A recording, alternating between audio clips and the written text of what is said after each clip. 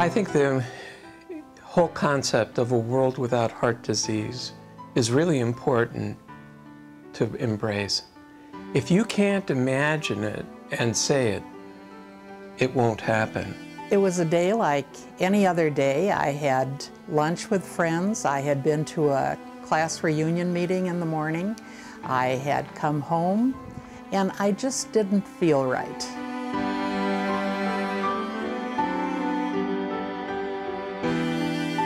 I did not want to go to hospice meetings. I did not want to go to grief therapy. I didn't need any of these things. I found out, however, in August of that same year that I didn't handle it as well as I thought I did and ended up with a blood clot in an artery.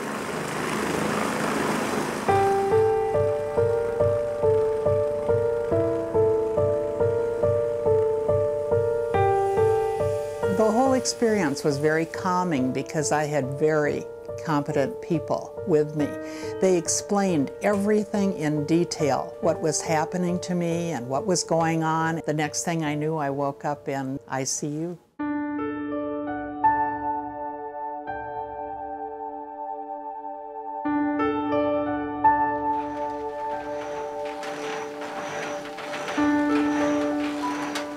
Like everything else, you step back a little and you think you've got to change some of your behavior, or you'll be right back in the same position. But I do exercise more. I watch more carefully about what I eat. When I shop, I'm very careful to read labels. 410 milligrams isn't too bad for sodium. I shop literally the outskirts of the grocery store now, as opposed to up and down the aisles, where you find your fruits and vegetables, meats, dairy. I would love to be able to live in this world without any heart disease anywhere. But the fact that you can imagine it, believe it, and say it as a goal, then you align the forces and your abilities to make that come true. And within the foundation, there are an enormous number of programs devoted to almost every element of heart disease.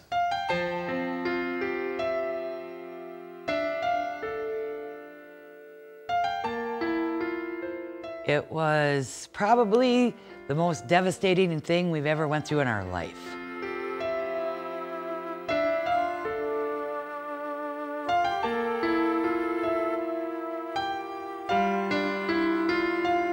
Josh called 911 and stayed on his cell phone and was administering CPR, which he was not trained for.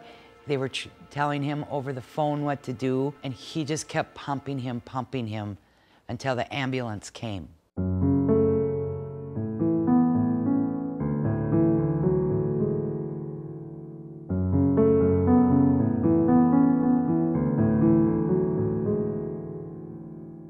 There was not much hope.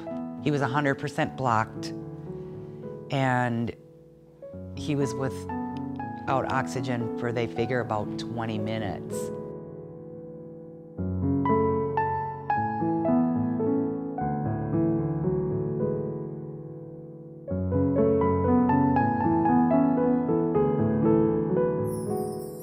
You know, they said, he has a 2% chance to live. Chances are he's never gonna regain any brain activity.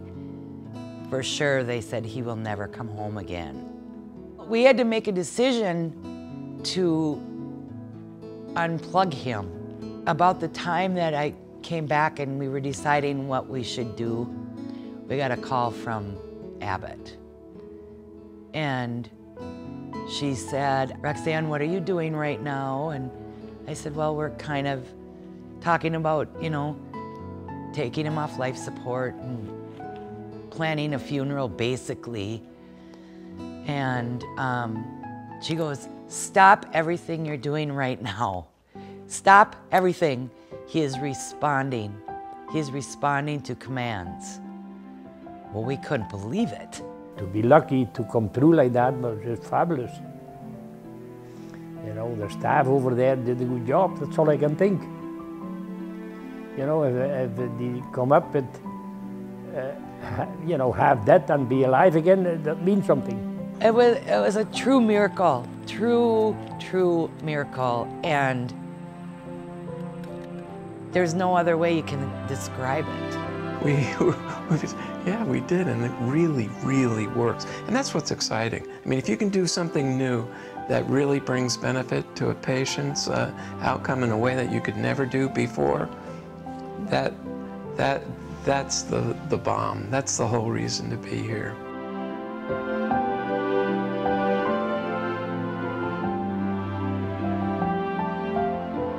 The results are astounding.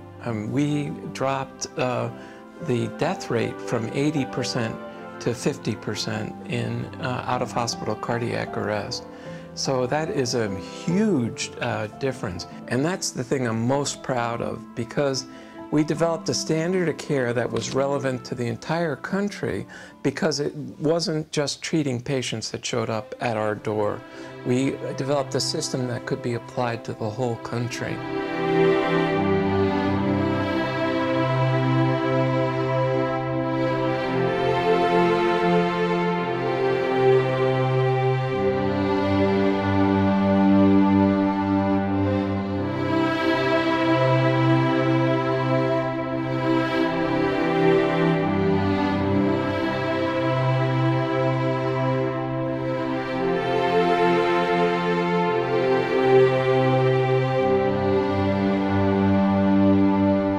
I've lost 30.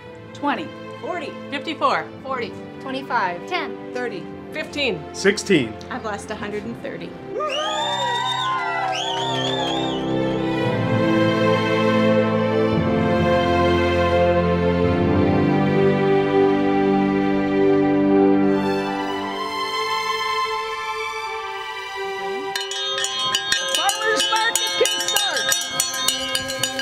Heart of New Ulm is ingrained in our community. It's no longer a buzz, it's a mainstay. And now we see that the community is really making a cultural change.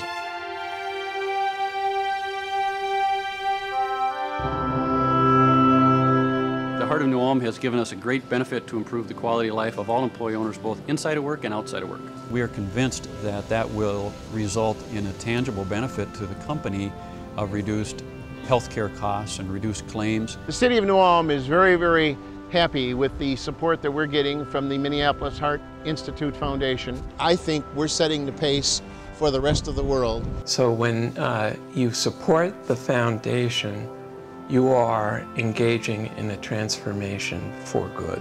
There's nothing that's so important as your health. I think it's just the beginning of a very, very important and fabulous new procedure to make someone go from 2% to live to 100%. So I'm just very grateful for that, because if we didn't have that, he would be gone.